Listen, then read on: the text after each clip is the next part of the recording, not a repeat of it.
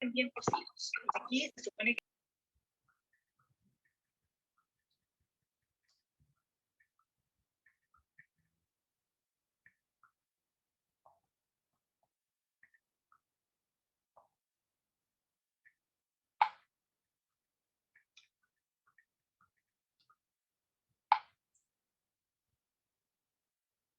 Listo, entonces. Trato de averiguar. Volví, volví. Justo estaba la discusión ahí, se cortó. No sé si quedó claro el temita de la cefalea en trueno o... Sí, doctor, lo que pasa es que la duda que me queda siempre es el tiempo, de cuánto tiempo hay que preocuparse. Así es el dolor. No, pero me refiero al otro tipo de cefalea. Como cuánto tiempo hay que preocuparse si el paciente consulta. Por ejemplo, si me consulta, no, que sabe qué, que tengo un dolor de cabeza y me da una vez al mes. Claro, si te dicen, mira, me duele la cabeza y me duele una vez al mes, y es algo recurrente, inmediatamente uno dice, sería raro que cada un mes salga un tumor en el cerebro, sería raro que cada un mes haga una hemorragia cerebral. Entonces, inmediatamente uno se coloca en el setting de cefaleas primarias. Y uno dice, bueno, será una migraña, será una neuralgia, será una cefalea tensional, ¿te fijas? Ah, ya. Lo que pasa es que esto, dicho en teórico, claro, cuesta un poquito entenderlo, y por eso que es súper importante que vuelvan ustedes a ver personas y a ver pacientes, porque ahí viendo pacientes uno se va haciendo la idea. Generalmente el paciente con una cefalea primaria es un paciente que no va al servicio de urgencia, sino que va al policlínico a ver una solución a su problema. Distinto al paciente que yo veo en la urgencia, que ahí obviamente yo estoy mucho más tratando de descartar cefaleas secundarias. Entonces, Claro. también eso es un detalle importante, de que mi forma de enfrentar la cefalea es distinta estando en el servicio de urgencia a estando en la consulta. A la consulta me refiero al policlínico. Claro. Ah, sí. Toda la razón, doctor. Cuando uno está en la urgencia, uno se coloca en el setting de descartar causas secundarias y súper atento si te llega una cefalea en trueno, ir a descartar una hemorragia subaracnoidea. En cambio, cuando uno está en el policlínico, uno tiende, ¿cierto?, a clasificar si es una cefalea primaria de qué tipo. De todas formas, de repente ocurre, no es lo más común, pero podría ocurrir, de que tú estando en el policlínico veas que el paciente tiene una cefalea con tinte secundario y lo derives a la urgencia. No sé, a mí me ha pasado, por ejemplo, paciente con VIH, porque el Barro Luco está al lado del Hospital Lucio Córdoba. Entonces, mucho paciente con VIH que se controla y el Hospital Lucio Córdoba acá en Santiago es un hospital infeccioso. Entonces, hay mucho paciente con VIH que se controla ahí. Y nos ha pasado de que llega el paciente con VIH con una cefalea, tú tienes la sospecha de que puede ser algo secundario, y obviamente en un hospital público se le pide una imagen, seguro se demora 3 meses. Entonces ahí le aviso al colega que está en la urgencia, o el colega que está en el poli me dice a mí, porque yo hago turno también, oye Manuel, por favor, ¿podéis ver a este paciente, pedirle una imagen porque yo creo que tiene algo? Y ahí uno lo hace más rápido. No sé si me doy a entender. Sí, doctor. Súper. Ya, pues, voy a quitar mi video, más que no creo que le interese mucho verme la cara, para que no vaya tan lento y colocar la presentación, ¿vale? Profe, una duda. Ya, doctor. Sí, por favor, dígame. ¿Cuáles son las vasomotoras? ¿La qué cosa? Las cefaleas La cefalea vasomotora, ¿cierto? Es cuando los pacientes hacen eh, vasoconstricción y eso genera dolor.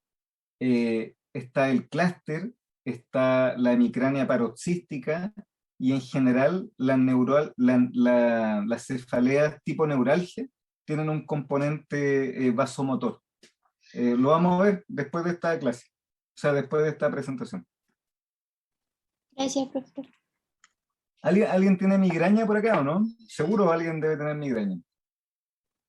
Yo. Yo tengo todos los distintos dolores de cabeza. Ya, bueno, veamos la presentación y los que son migrañosos, por favor, atentos a ver si la cosa coincide con lo que tienen y de repente salta algún síntoma nuevo. La otra vez me acuerdo que un alumno me decía de que solamente, o sea, que el gatillante que tenía no era el chocolate, no era el café, sino que era la lechuga. La lechuga. Yo nunca había escuchado eso, de que comía lechuga y le daba dolor de cabeza. Bueno, ya vamos a empezar entonces. Esta presentación es muy importante en el sentido, ¿cierto?, de que la migraña es un tipo, o sea, las cefaleas primarias, donde está la migraña y está la cefalea tensional, son bastante comunes. Son bastante comunes y un gran error que se realiza en atención primaria es que se derivan a todos estos pacientes. Entonces, yo por favor los insto a que si ustedes identifican un paciente con cefalea primaria y no tiene elementos de alarma, iniciar ustedes el tratamiento. Imagínense que el propanolol es un tipo de medicamento que sirve, que está disponible en todos los consultorios de nuestro país. Entonces, ¿cómo no van a poder iniciar un tratamiento? Y por último, si no resulta, o el paciente tiene alguna resistencia a ese fármaco o alguna contraindicación, bueno, ahí lo derivan. Pero a mí me ha pasado, tanto en el Barro Luco como en Talagante, de que llega un paciente con una historia pero clásica de migraña y que lleva un año esperando tratamiento. Y ese año, obviamente, una calidad de vida pésima. ¿Ya? Bueno, daba más en mujeres la migraña, es recurrente, es benigno, pero ojo que hay algunos pequeños casos en que se complica la migraña. ¿Ya? Por eso que hay que tratarla bien. Y uno de los grandes problemas es el abuso de fármacos. Lo otro que es importante es que no requiere para su diagnóstico, ¿cierto?, ninguna imagen, sino que se hace con la historia y con la clínica. ¿Ya? Entonces, eso igual es relevante, que si yo estoy en un consultorio X y el paciente tiene una historia clara de migraña y examen físico normal, yo hago el diagnóstico, empiezo el tratamiento y listo, se acabó. No hay que pedirle escáner, no hay que pedirle resonancia, ninguna cosa. La duración de la crisis es hasta 72 horas y generalmente se asocia con náusea, con alteraciones del gusto, un poco de mareo, ¿cierto? Es hemicráneo, pulsátil y tiene esto de fotofobia, fonofobia. Esto es como lo clásico de la crisis. ¿Ya? Ojo que el paciente es muy nauseoso, pero no vomita en general. Entonces, esto es lo clásico de la crisis, pero como aparece en este dibujito, hay un periodo pre-crisis, que el paciente está como un poco irritable, se siente como raro, ¿cierto? Después empieza, en algunos casos, hay aura visual o alguna aura gustativa, por ejemplo, y después ya viene la crisis propiamente tal, y después de la crisis, un periodo donde el paciente se siente un poco raro, un poco mal, como que tuviera el cuerpo cortado, como que hubiera estado en una fiesta y yo hubiera quedado así como no al 100%. Entonces hay una fase premonitoria, hay una fase de la cefalea y una fase de resolución. Entonces esto es súper importante porque una cefalea en trueno, por ejemplo, no tiene nada que ver con esto. Una cefalea ictal no tiene nada que ver con esto. La migraña, por muy intensa que sea, siempre va a ser de un inicio larvado, dura algunas horas y después se pasa. ¿Ya?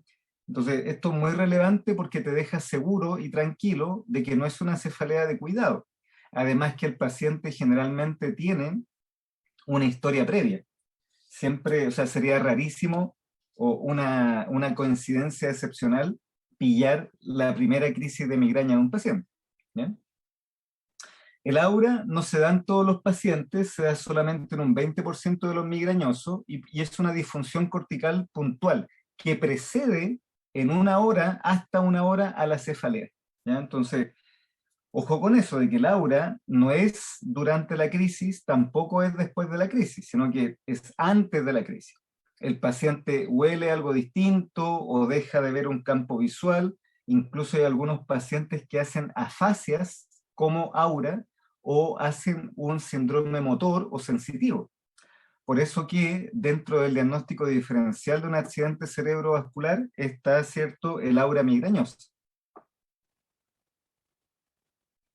Aquí aparece la clasificación como más del papel, ¿cierto?, más la que está escrita, que es lo que le acabo de comentar, pero lo que más me interesa que tengan como concepto es que la migraña tiene un comienzo, un desarrollo y un final. No es algo súbito. ¿Ya? Cuando tenemos una cefalea sin aura, una migraña sin aura, el principal diagnóstico diferencial es con la cefalea tensional, con la cefalea en racimo, o la neuralgia, ¿cierto? O cuando ya se cronifica por el uso de fármacos. ¿Cuál es el problema de los pacientes que tienen aura?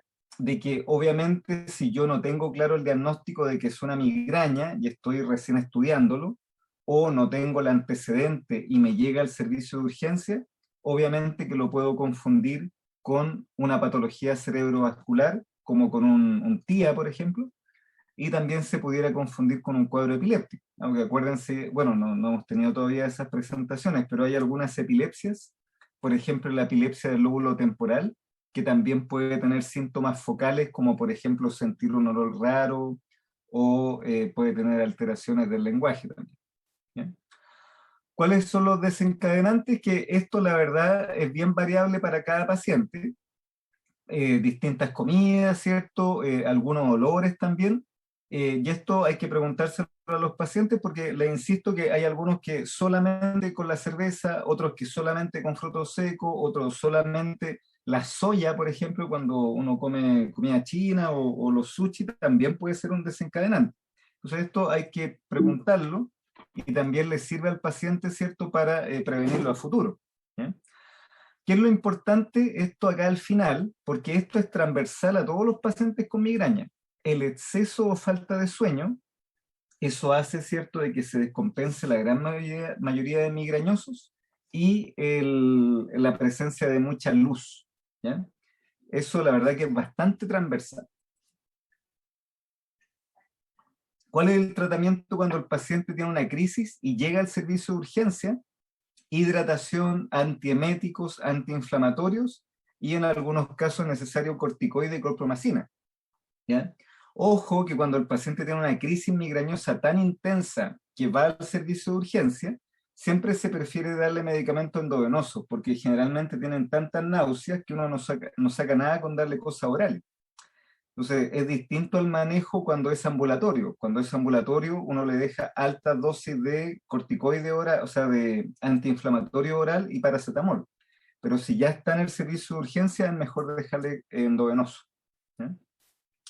¿Cuál es el problema de las crisis? Con que muchos pacientes toman ergotamínicos y triptanes. El problema de estos medicamentos es que tienen mucho efecto secundario y nosotros en general no los recomendamos. Pueden dar taquicardia, vasoconstricción, dan dependencia, cefalea de rebote, y especialmente en embarazadas y en pacientes coronarios o muy hipertensos no hay que darlo. Y lo que yo les digo, que cuando un paciente tiene una crisis muy importante, generalmente uno prefiere darle medicamento endovenoso. ¿Ya? Esto de acá es es lo que uno apunta. Si yo tengo un paciente que tiene muchas crisis y eso está mermando su calidad de vida, lo que uno va a plantear no es darle antiinflamatorio todos los días, no es darle cefalmin todos los días, sino que es darle medicamentos para prevenir las crisis, para hacer que esta migraña esté compensada. Entonces uno lo que hace es decirle que duerma lo adecuado, que evite las comidas que lo descompensan y además, ¿cierto?, que tome alguno de estos medicamentos.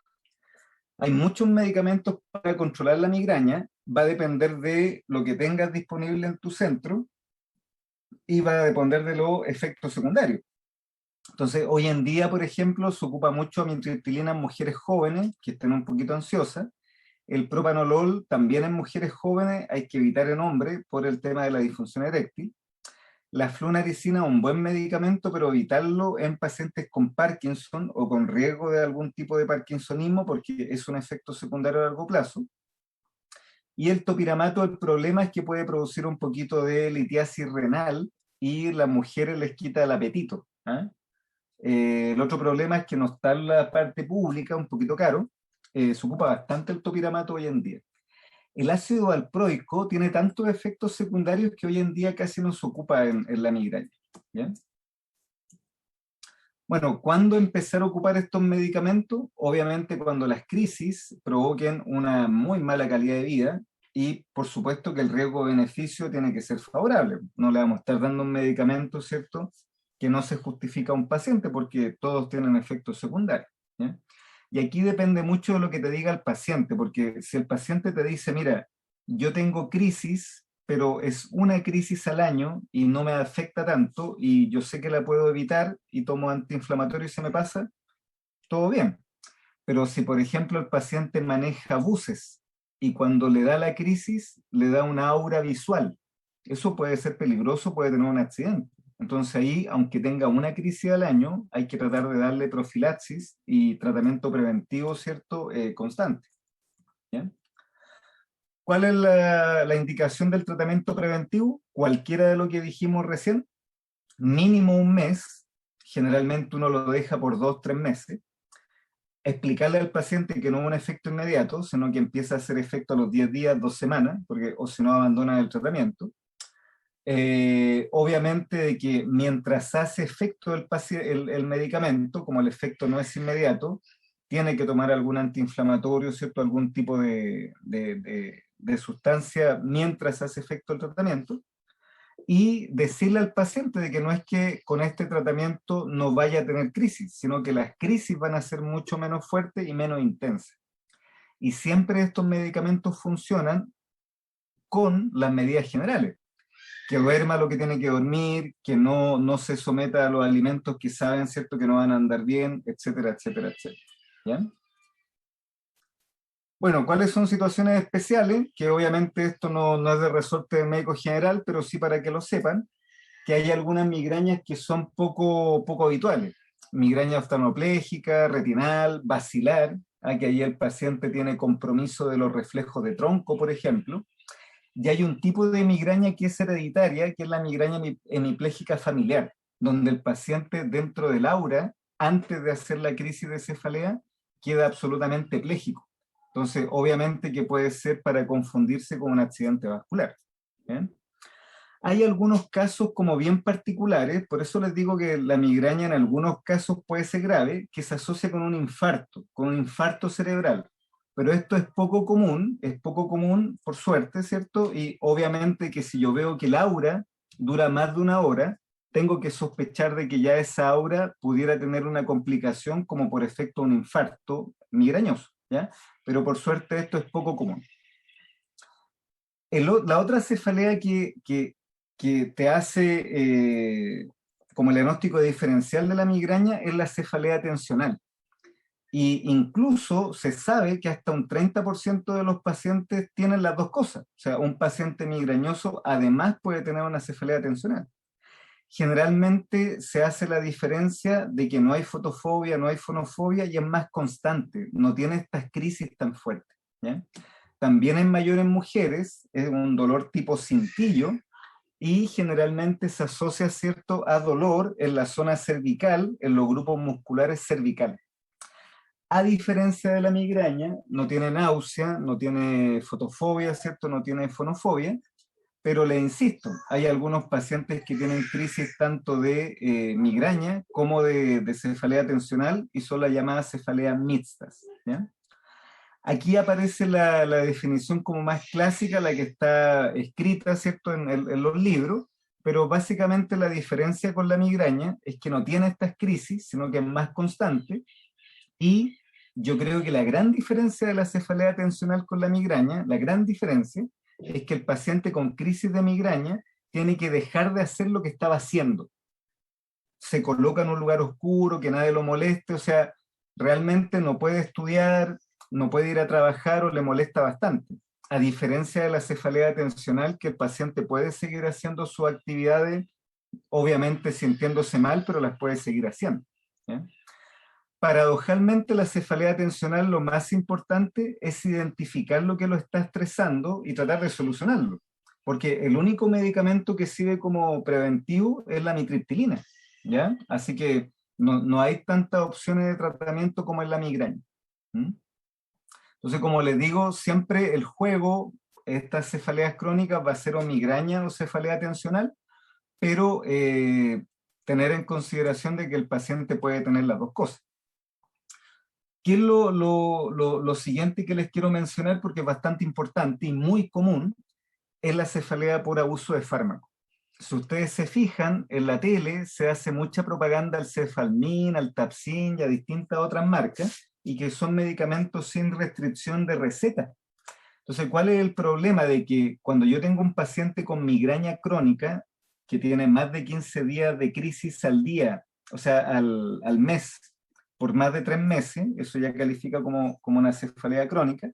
Si el paciente además empieza a tomar un exceso de medicamentos, como por ejemplo Cefalmin o Migranol, va a hacer de que la cefalea se cronifique aún más, y cuando deja de tomar esos medicamentos, vuelve la cefalea, que es lo que se llama la cefalea de rebote. Entonces, hay que tratar de identificar esto, y por eso que siempre se le debe preguntar al paciente qué medicamento ocupa para su cefalea. Yo he tenido pacientes que toman 4 o 5 Migranol al día, por años, y eso la verdad que es súper difícil de abandonarlo, es muy difícil, y más encima, ¿cierto?, le agrega al paciente riesgo de ser hipertenso, riesgo coronario. Entonces, la verdad que si ustedes me preguntan a mí, personalmente, yo la verdad que trato de no indicar ni Cefalmin ni Migranol, porque son medicamentos que tienen fácil entrada, fácil indicación, pero que después es súper difícil retirarlo. Como que al paciente le dan un alivio rápido, pero los deja amarrados. Es muy parecido, ¿cierto?, al abuso de benzodiazepina. Bueno, lo otro que yo ya les comentaba, de que puede ser que yo tenga en mi atención de policlínico un paciente con cefalea con signo de alarma, pudiera ser. Incluso en un comienzo hay muchos tumores cerebrales, especialmente de lento crecimiento, que en un comienzo se pudieran confundir con una cefalea tensional o con una migraña. Por eso es muy importante lo que yo les comentaba del cambio de patrón. O sea, si yo tengo un paciente que tiene una cefalea tensional, pero en algún momento esa cefalea empieza a ponerse progresiva o resistente a la analgesia habitual, siempre tomarlo, ¿cierto?, como una bandera roja, y siempre estar pensando que pudiera estar esto por debajo. Lo otro que es muy importante que ustedes tengan dentro de su diagnóstico diferencial es la arteritis de la temporal. La arteritis de la temporal da un dolor pulsátil hemicráneo y pudiera confundirse, si alguien no conoce bien del cuadro, pudiera confundirse con una migraña. ¿Cuál es la diferencia? De que generalmente la arteritis temporal no es de paciente joven, sino que es de paciente de sobre 50 años, y tiene agregado claudicación y dolor mandibular, y en algunos casos, ¿cierto?, síntomas B, baja de ánimo, ¿cierto? Se asocia también a polimialgia reumática. ¿Y por qué es importante que ustedes conozcan este tipo de cefalea? Porque se pudiera asociar, si no hay un tratamiento óptimo, con una neuropatía óptica isquémica y que el paciente pierda la visión. Por eso que de atención primaria, por ejemplo, no cuesta nada, si es que tienen un paciente sobre 50 años con una cefalea pulsátil hemicránea, no cuesta nada pedirle una VHS. Si la VHS está normal, la verdad es que descarta razonablemente este cuadro, y por otro lado, si está alta la VHS, por supuesto que diga. El otro tipo de cefalea, que era un poco lo que me estaban preguntando al comienzo, son las cefaleas en racimo, que también se llaman clúster, que es la única cefalea que da más en hombres que en mujeres. El paciente tiene mucho dolor, mucha molestia, se habla de que es como una especie de litiasis renal de las cefaleas, porque no se queda quieto, al paciente le molesta mucho, y se asocia con tosis, se cava un poquito el ojo, con lagrimeo, incluso tiene un poquito de coriza y eritema facial, ¿ya? Y este tipo de dolor da más en hombres, da más en la noche, y son muchas crisis bastante repetidas, ¿ya? Son muchas crisis bastante repetidas que da en el tiempo. Generalmente el paciente tiene esta pequeña caída, ¿cierto? Una pequeña atosis, un lagrimeo, como que tuviera como se pudiera confundir, si alguien no lo conoce bien, con una conjuntivitis, por ejemplo, Y uno de los tips, ¿cierto?, especialmente si es que estás en la urgencia, es que responden muy bien a oxígeno. Uno les coloca una máscara de recirculación con oxígeno y responden súper bien. También pueden responder a corticoides, AINES, y el tratamiento a largo plazo puede ser indometacina, corticoide, verapamilo también en algunos casos. Este tipo de cefalea es poco común, pero siempre se destaca porque es una de las pocas que tiene más frecuencia en hombres que en mujeres. Hay otro tipo de cefalea que también es rara, rarísima, yo esta la he visto muy poco, que se llama hemicrania continua, que el paciente efectivamente tiene un dolor constante en uno de los lados, ¿cierto? Más en mujeres que en hombres, hasta 40 crisis al día, y este tipo de cefalea tiene una respuesta bastante buena y casi como diagnóstica, porque tú le das endometacina y responde bastante bien. Y también, ¿cierto? Son crisis bastante rápidas, y en algunos casos pudiera asociarse a síntomas migrañosos como sensación de fotofobia, fonofobia y algunos autonómicos. Pero lo que más destaca, ¿cierto?, es este dolor en crisis de la mitad de la cara. Aquí aparece, ¿cierto?, un poquito los criterios diagnósticos, pero generalmente, o sea, por suerte, este es un tipo de cefalea que es poco común, uno no lo ve tanto en la clínica y da más en mujeres que en hombres. ¿Bien? Este tipo de cefalea que les voy a mostrar ahora, esto sí ya es más común, que es la clásica neuralgia del trigémino, y que el paciente siente como una corriente o una sensación de quemadura por una de las ramas del trigémino. Es muy importante entonces conocer la anatomía para poder decir si es una neuralgia del trigémino o no. Porque, por ejemplo, la neuralgia del trigémino es solamente de un lado, no pasa para el otro lado, ¿ya? Y generalmente es la segunda rama y tercera rama. Los pacientes incluso cuando se pasan a llevar, al afeitarse o al maquillarse, pudiera dar este dolor, y estas zonas que se pasan a llevar y da el dolor se llaman zonas de gatillo, como que gatillan esta crisis, ¿ya?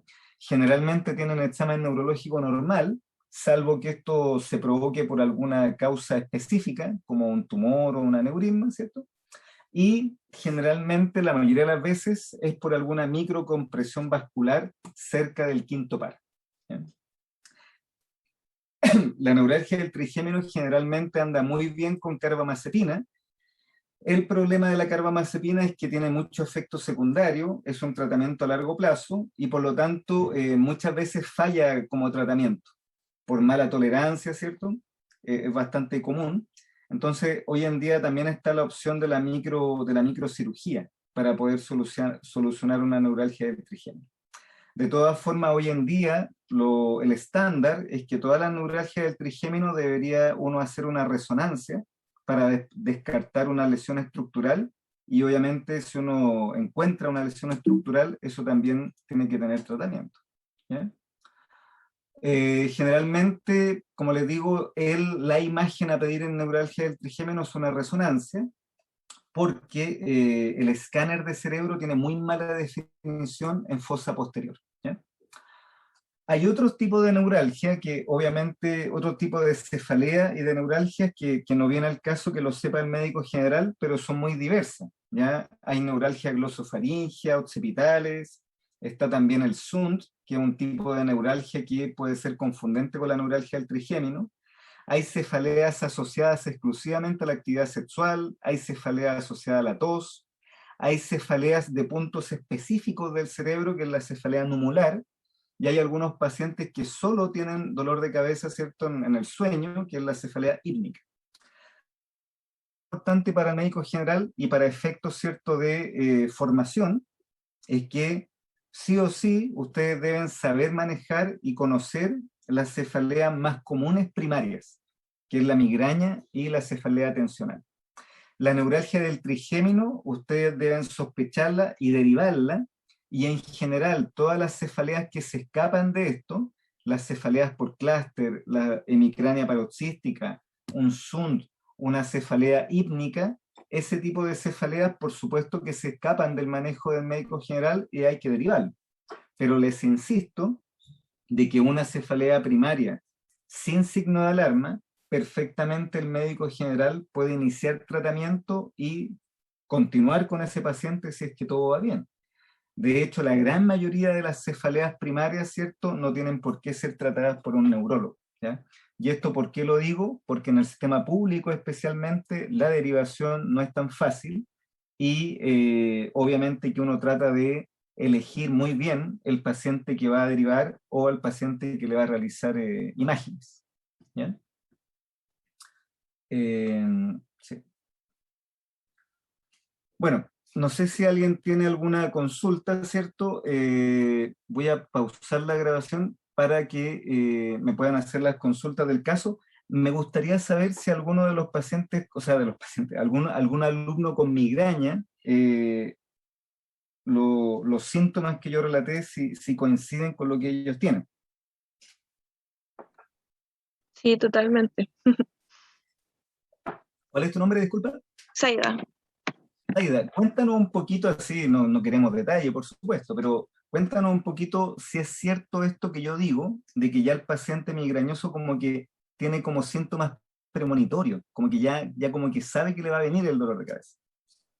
Sí, en verdad todo lo que ha dicho es muy cierto. A mí me empezaron a dar migrañas desde como los 16 años y bueno, al principio pequé por no saber. También tomaba migranol y así, y bueno, con el tiempo me fui educando que no debería haber tomado eso. Fui escalando con los antibióticos, o sea, perdón, con los ¿Antibióticos? medicamentos, perdón, a ver, medicamentos. Primero era Naines, tomaba paracetamol, tomaba naproxeno, después me daban ketorolaco, pero tampoco me servía, y después ya escalé a naratriptán, que era como mi pastilla SOS, porque hubo un tiempo que me daban muchas crisis muy fuertes. Crisis que yo me despertaba como a las 4 o 5 de la mañana con dolor intenso, incapacitante, con fonofobia, fotofobia. Se me agudizaba mucho el olfato también y con muchas náuseas.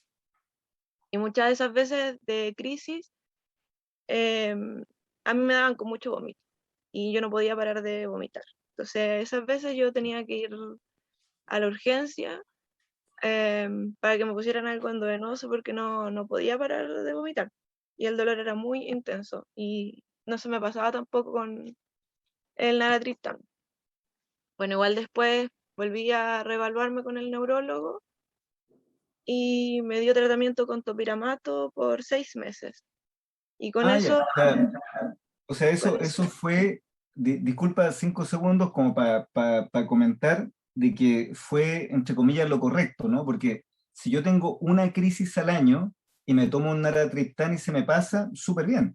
Pero cuando ya empiezo a tener crisis todas las semanas, obviamente que ahí ya no se recomienda tomar naratriptán o algún antiinflamatorio porque ya caigo en un exceso. Entonces ahí es muy importante ir al tratamiento preventivo, que en tu caso fue con topiramato.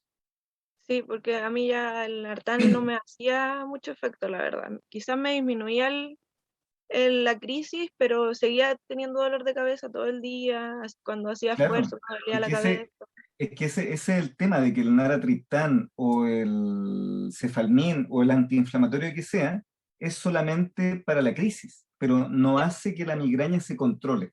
Lo otro que te quiero preguntar, ¿tú pudiste identificar si, por ejemplo, al someterte mucho a la luz Sí, o sea, o con yo alguna siempre tengo que comida? andar con lentes porque me molesta siempre mucho la luz. Sé que la cerveza me hace muy mal, me tomo una cerveza y después me duele la cabeza. O el olor a champiñones también me gatilla el dolor de cabeza al tiro. No, mira, fíjate que siempre hay cosas bien particulares, ¿eh? Eso tampoco lo había escuchado. La otra vez me pasó con lo de la lechuga. No, yo huelo a champiñones y me gatilla al tiro el dolor de cabeza. Lo otro que Me pasa algunos que cuando pacientes, lloro también me gatilla al tiro dolor de cabeza. cuando yo era chuta, Sí. lo otro que a algunos pacientes, ¿cierto?, les complica bastante es la regla, cuando llega la regla. Y es tan así de que hay un tipo de migraña que se llama migraña catamenial. Y la migraña catamenial es cuando el paciente, exclusivamente en los periodos de la regla, de la menstruación, tienen también muchas crisis. Y es tan así de que hay algunas pacientes, ¿cierto?, de que toman medicamentos para no tener regla, porque puede ser bastante discapacitante igual.